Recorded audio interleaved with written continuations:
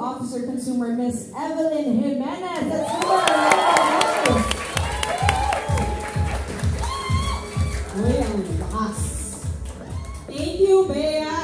Thank you. Woohoo! Okay. Ayan. Sige. Alright. So, it is always an honor for me and a blessing. Totoo yan. To stand here before all of you and share the many Dito achievements in a very short span of time. Gano'n na ba tayo katagal? Mga kapatid? 3 years lang. Diba? Okay, but before I go into the heart of what we want to communicate, I just want to take this opportunity to thank all of you who made Dito the company that it is today.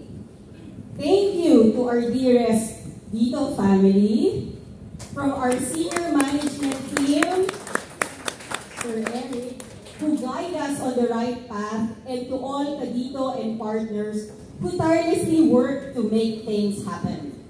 Thank you to our dear friends from the media. Thank you so much for amplifying our message in the market and also talking about our commitment to the Filipino people. But today is an extra special day. Bakit? Because it is all about our customers. We are here dahil sa ating mga consumers.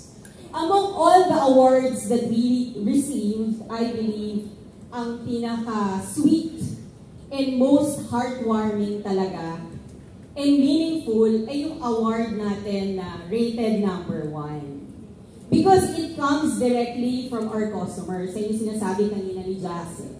This award is how our customers look at us. So, this type of award is what drives all of us in Dito to work hard every day and be of service to the Filipino people. This gives all of us such profound joy and fulfillment as a Kadito. So today's theme and our newest campaign, Dito sa Puso Ko, is a celebration of the love and satisfaction that our Ditocens feel about us. Kami pala ay number 1 sa kanilang puso at isipan. This is the ultimate validation a young company like us can ever ask for.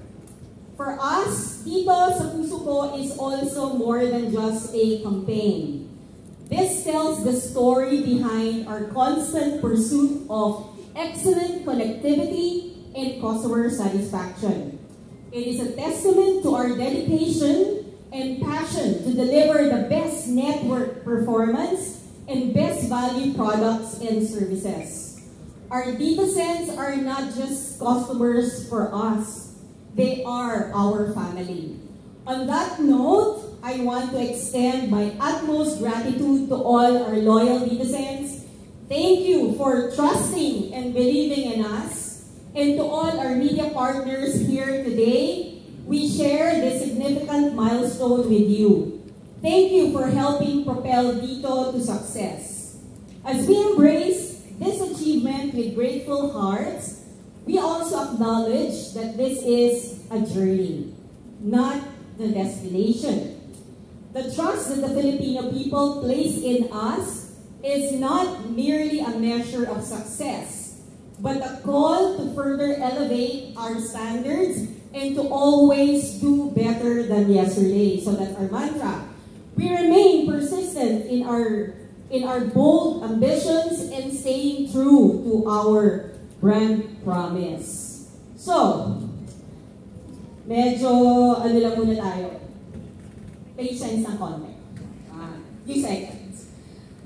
Kwento lang, I actually saw this movie from Netflix maybe a week ago siguro, or maybe a week and a half, on way back from Visayas yet, or yung katabi ko, kasi sobrang iyak talaga ako, iyak. Kala talaga he's American, no? Parang may sakit ba to? Either may sakit to, or, okay, so, yun na issue, ganyan. Actually, it was a very, very heartwarming and beautiful story. It talked about this main character, kaya niya na-review yung buhay niya, yung relationship niya with his wife. Diba? So, I'm thinking, sana ganun din tayo sa buhay natin. Our relationship with our network, mobile network, diba? Lahat tayo may kanya-kanya. So, it's about time that we should review our relationship para maitatama natin. Diba? Yung, is it the best network quality ba talaga ang binibigay ng network mo?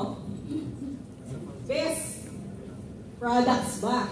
Best value products ba ang binibigay ng mobile provider mo? So, dapat mag-review tayo. Diba? So, mga kaibigan, now is the time na mag-rewind tayong lahat dito. So, ladies and gentlemen,